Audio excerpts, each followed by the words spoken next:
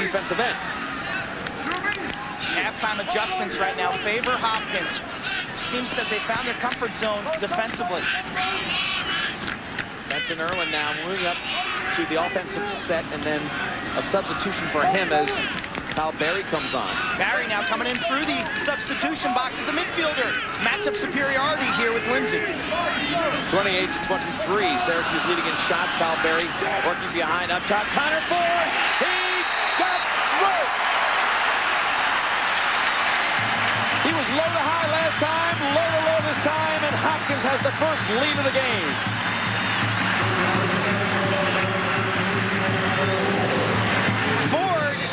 Is our first multiple goal scorer. You see the defense step out there a little late. Piper saw it, but he can't find it, and you see the reaction shot Petchama on the sideline. They've got their first lead.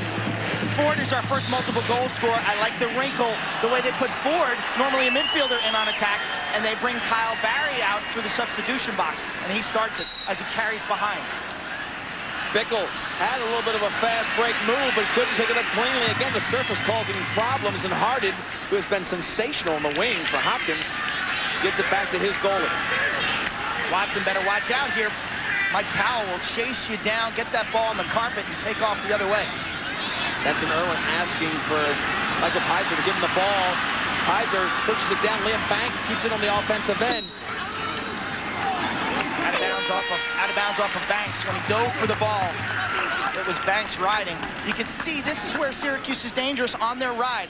Powell, Banks, and Springer. It's all about hustle. It's all about getting the ball on the floor, contesting every inch. And you see Powell just selling out and diving on this carpet. Chris Watson coming right over the top of Powell. This is Watson with the ball now as they get more of a traditional clear. Easily up the sideline to Kevin Boland. Now Boland will lock up with Bontatti's playing on him. He has the long pole. Benson carrying behind with Vidosh playing defense. You don't see Benson carry very often. Vidosh might go all over him. We have not mentioned Bob Benson really at all. He's just being face guarded right now by Vidosh. Benson coming in, 36 goals, 12 assists. He's never played very well in the semifinals, though. Last year he was shut down by Princeton, and as a freshman he was shut down by Syracuse. Pizer with Jake Plunkett playing defense, the short stick defender. Doing a nice job. Hard to get the footwork. Watch Pizer try to set his feet. Down to Lesor, who looks immediately to the crease.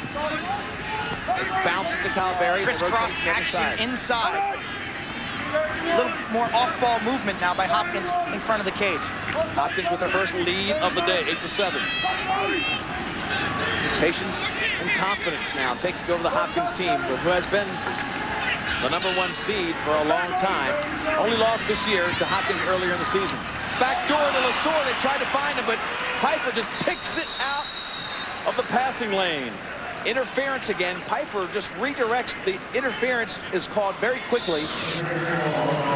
Keep your eye on the stick of Jay Piper. He becomes a 7th defender right here as Lesor was parked on the backside. And then there's an interference call on the outlet pass. 10th save of the game for Piper. That wasn't a save, that's a pickoff. That is a defensive play by the goaltender. A smart play because he knows that his defense is vulnerable on the backside. He's cutting down those passing lanes, and Hopkins doing a nice job of posting up on the far side of the goal to make those easy redirects. Crockett trying to work against Benson Irwin. They like this matchup, he'll go back to it. Look at him clear out. They give Crockett about 15 yards of space. Good-looking freshman. He'll need to step up if they're going to win this one. And Lindsay turns to the right hand. Scher with an easy save. Here comes the fast break for Hopkins. Field. Ford to Harnett. Down low to Benson. He's got rope.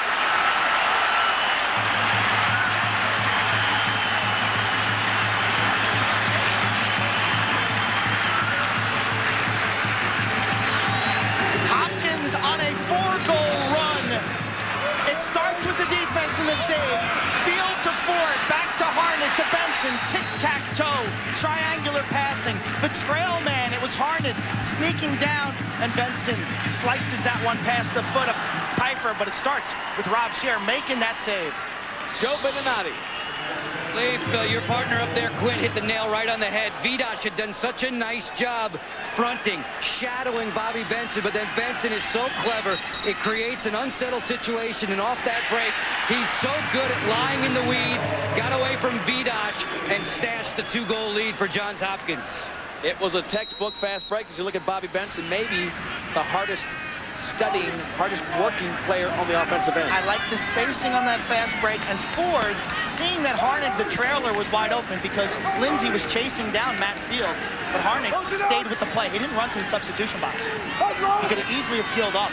And Harnick already has a goal on the day, so he is somebody who feels confident shooting today. Lesueur out in front, goes far side, picked up by Bliss. We cut down the passing lane. Bliss going to get a little more active on the defensive end. And let's see if the offense can get unglued, untracked. Syracuse really stale. The last 4 goals for Hopkins. Syracuse not really threatening at all of late. Cher very comfortable making any saves on the shots. Hopkins playing with more energy on those loose ball situations. Leah Banks will inbound on the defensive end. Michael Pizer locking up with him.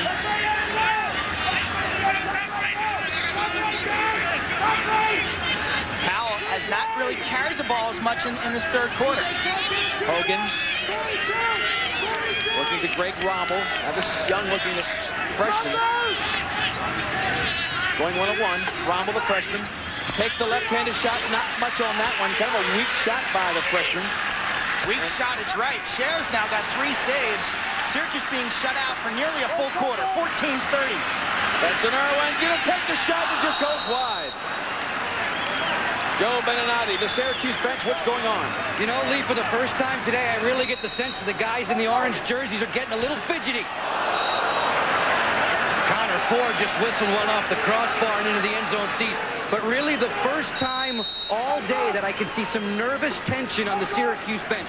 They need a big stop here. They need a stop, and then they need Powell and the big boys to start carrying the ball and putting some pressure on the defensive end. You haven't really felt that there's been any pressure on Cher in the defense lately. 3 unforced turnovers by Syracuse, and 2 what I call bad shots. Poor possession shots where Rob Cher not only made the save, but he triggered the fast break the other way. A lot of ball possession now for Hopkins. Hopkins taking control of the game. McDermott backdoors to Calaberry, and now it's a 3-goal lead for the Blue Jays. I referenced this play earlier when I said that Syracuse was stepping upfield and they were ignoring the player behind the cage. On the real-time replay, you watch McDermott's eyes. He knows that the defense is vulnerable on the backside. And Barry parks himself, top of the screen, through a mass of sticks. DePietro can't make the play. Nothing the goalie can do there. Great look by McDermott feeding Barry. All he had to do was lay it up. Calaberry's 2nd goal of the day, 34th of the season. Hopkins has been a team of runs, Quint, this year. They've done well with runs, and they're on a 5-goal run right now. Their most impressive run of the season was against Towson to end the regular season game. They went on an 11-0 run in that ball game. So this is a team through faceoffs and tough defense. All of a sudden you look up and boom, they're on a 5-goal run. When does Desko call timeout? He can't let this game get away from him right now. 3-goal lead. As much separation as we've had in this game, and this is certainly the biggest lead for Hopkins. But Syracuse started off with that 3-goal lead. Hopkins has really controlled the game from that moment on. Slowly but surely. Uncomfortably at first, very comfortably now. They weathered the early storm. Jared Park playing defense on Kevin Boland. 12 on 12. Short stick matchups. Boland's so dangerous on artificial turf because he can stop and change directions and spin. Park, one of the best short stick defenders in the nation. So this matchup is a push. Kevin Boland gets ahead of Park a little bit. Comes around and dives. Hits the outside of the net. Referees calling in the crease. Gives it to the goalie. Ball's in the back of the net. Should not have been a whistle there. That should have been a seamless play where the goalie can come out and take that ball off the netting. Syracuse back to the offensive set. Doniger and Boland caught on the field playing defense. Now good opportunity for the Orange to get a quality shot. And they can't get a clean pass from one of the others. They tried to skip it through, but Boland picks up the ball. No call made on the push. And a timeout in possession Timeout with the Hopkins possession. End of quarter. So the third quarter ends with a very confident Hopkins team scoring 4 in a row. Nobody scoring on the Syracuse side. They lead by 3 as we get set for the fourth quarter. Stay with us for our final quarter of action from Baltimore.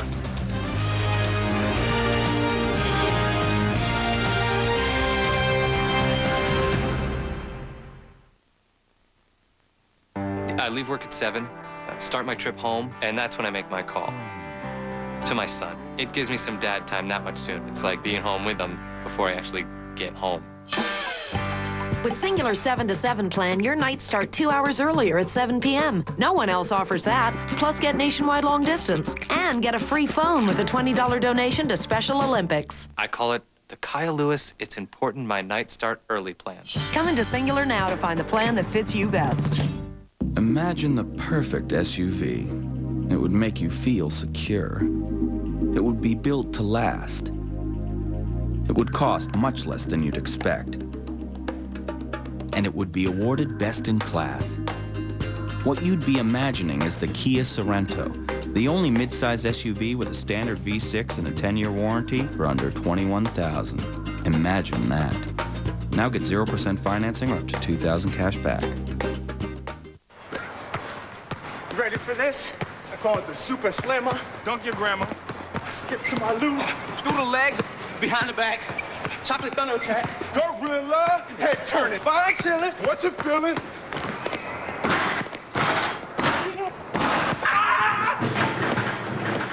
Horizontal, monumental, turbo power, magical rim wrap. Yeah,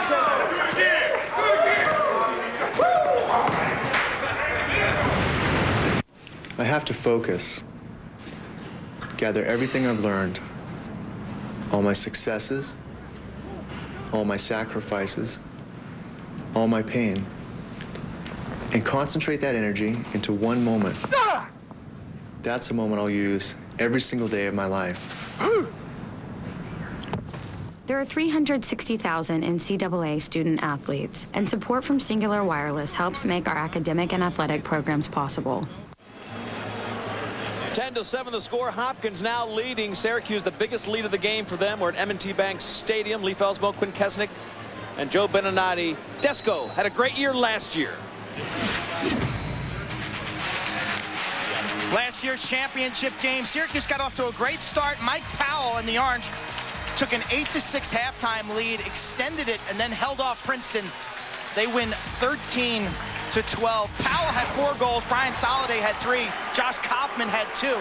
You think about comebacks, though, in NCAA playoff history, you got to go back to 1983.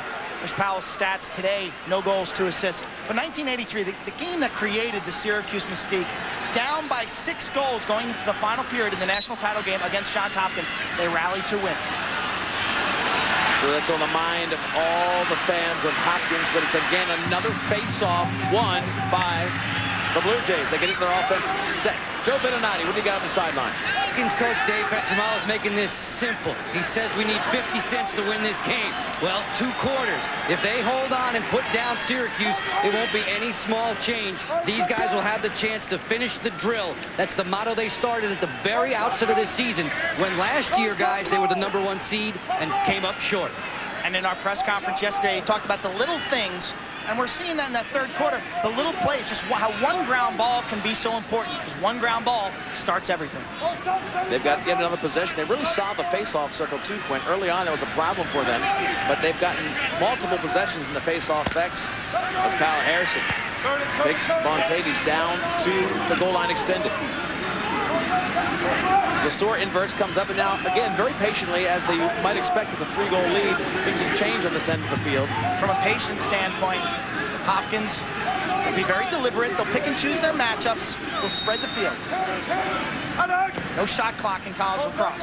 Lesor to counter for it. There's the big shot by Doniger, and that one just didn't get through all the traffic. Maybe it hit the post, or the goaltender got a piece of that. 63 miles per hour on that shot, in close. Connor 4 up top again to Lesor with room. Great shot, and they're lighting it up. Hopkins with their 6th straight goal, lead by 4.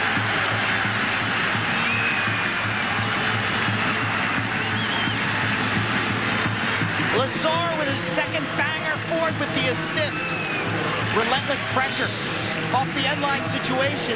Lazar comes up in front of the cage. Park loses him for a second and then actually becomes a screen for his own goaltender. But Pete Lazar, here's a guy who's the all-time leading goal scorer at Garden City High School on Long Island. You talk about all the high schools in this entire country that play lacrosse. Garden City has to be in the top 5. And Lazar being covered by a short stick today. He's taking that challenge personally. Violation on Bickle.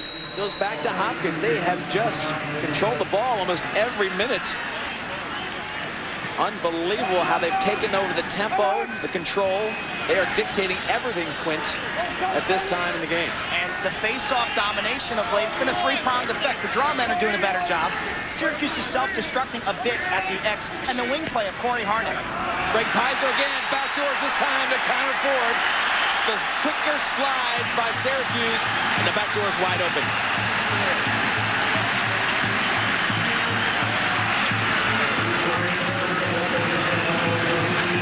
Ford from Pizer. The Hopkins faithful in the crowd can taste it now. The end zone view, right here, that's Ford. He's open on the backside. You'll see Syracuse defense just staring at the ball. That's called ball watching. And Ford just plants himself in the backside. And again, goalie Jay Pfeiffer, I feel bad for the kid. He's not getting the kind of support he needs to make saves. A hat trick for Connor Ford. Hopkins on a huge run right now. Luke Braun in to take the face off, and he comes out cleanly with it, but they get the ball back to the surface because it's slick, it's wet, and it's hard to keep your footing. Bobby Bench comes out from the attack zone to get the ball back for Hopkins. A 7-0 run. Totally in control. Lindsay was the last score for Syracuse, and that was with about 2 minutes to go in that second quarter.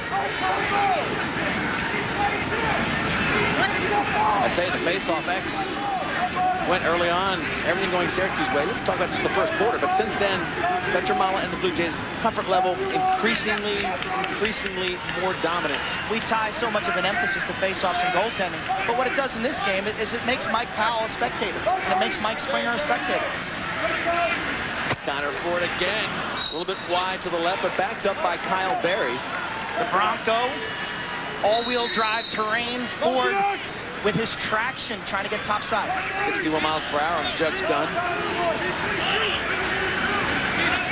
That 7-0 run, 20 minutes. They've eaten up with just a commanding presence in the offensive end. Syracuse finally with a loose ball. But a hold call will give it back to Johns Hopkins. So Bliss and company can't get any breaks down here. John Desko wondering what he's going to have to do. He's there coming up with a plan. He has to change the tempo when he's got to get this game moving quicker and get the transition going faster on his end of the field. Exactly. Powell we see now playing midfield. He'll stretch this matchup. Bontades has got the green light to throw checks. This is a matchup he should step out and maybe overplay Lazar, and he does. Barry comes up loose. Backhanded shot, and Barry gets the 13th goal for Hopkins.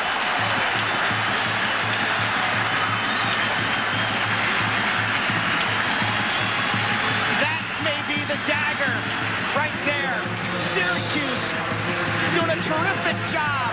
Really gets the ball on the ground. They're about to make a defensive play, and Barry flies through the air horizontally. Check this out. Tremendous job by Barry. Of course, the sideline erupting for Hopkins. 3 goals for Barry, 2 players with a hat trick.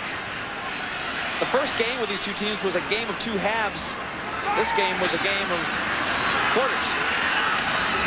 Good move by Bontades against Scher, but he just ate it up with solid position against the puck. Look at the hustle. Look at the hustle by the Orange here. Challenging every inch of the field. Benson Irvin comes up with a loose ball. They've got numbers. 4-on-3. They can't get it down to Kyle Barry. And here comes the track meet the other way. Counterattack by Syracuse, but no numbers. Liam Banks would try to get things set up. Not much time. Plenty of time to score goals, but not much has worked offensively. They're going to have to come up with a new formula. Try to get the ball into Michael Powell's stick, which they just did. Look for the quick help defensively against Powell. That seems to be... Garvey playing defense. Wow, offsides violation or a box substitution foul against Syracuse. Unbelievable. They had things So set they're up. not really giving themselves a chance to cut into this Hopkins run. Unforced turnovers, poor shots, lack of ground ball play, and that time just a mental mistake coming out of the substitution box. So they give the ball back to the team that has the commanding lead. 6 goals. It's really been all Hopkins in the second half, not even close. Syracuse won the first quarter. Hopkins won the second. It was a 7-6 game at halftime. And it's been nothing but Johns Hopkins in the second half. Boland now taking his time as he works against Brett Walker. No rush as Boland gives it to Barry. The defense will have to extend itself. Again, they gambled last time. They're going to have to gamble a little bit here. And with these field conditions, it's going to be extremely tough to get out and overplay your man. If you commit, you're gonna fall. Up top, Pizer looking for the right-handed shot, and he goes wide, but backed up easily by Barry. Any other options for Desco? No, obviously you can't go zone. I think you got to funnel the ball to the right matchups and extend and try to get the ball on the ground. Pizer's a player right now, this freshman midfielder from Long Island, a guy whose confidence just has skyrocketed in the second half of the season. He wasn't really a factor when these two teams played in the Dome in March. Sean Lindsay. Now Pizer works it up top. Here's Boland. Moves the ball twice to McDermott, and he puts it off stick, hip high. It's just a textbook of offense for Hopkins.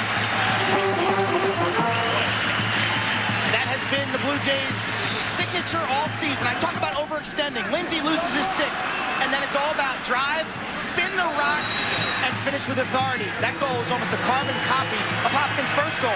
Remember the first quarter, Pizer drove down the right wing, kicked it to Boland, back to McDermott.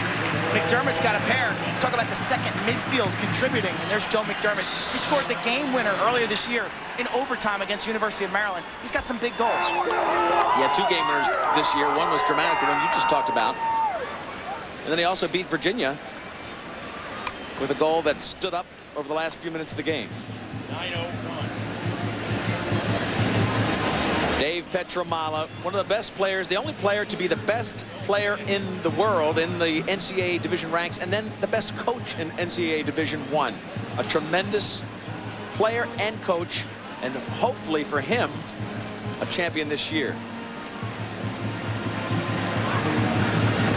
Let's take a look at Dave Petramala in 1989. His senior year at Johns Hopkins. Petramala, the lefty, played at St. Mary's on Long Island. Controlled the game, really, by dominating his man, and then his stick handling skills were light years ahead of the competition. Just running away from the Carolina players. This was in the 1989 semifinal game. And as far as covering, there's no one better. There has never been anyone even close to Dave Petramala and his ability to match up one-on-one. He's taking that same intensity now on the sidelines at Johns Hopkins University. And he is 0-7 in semifinals, as we showed you in the graphic, but he is definitely trying to change that now. The winner here will take on the winner of the Maryland-Virginia game as the NCAA Championship Lacrosse weekend continues. Championship on Monday.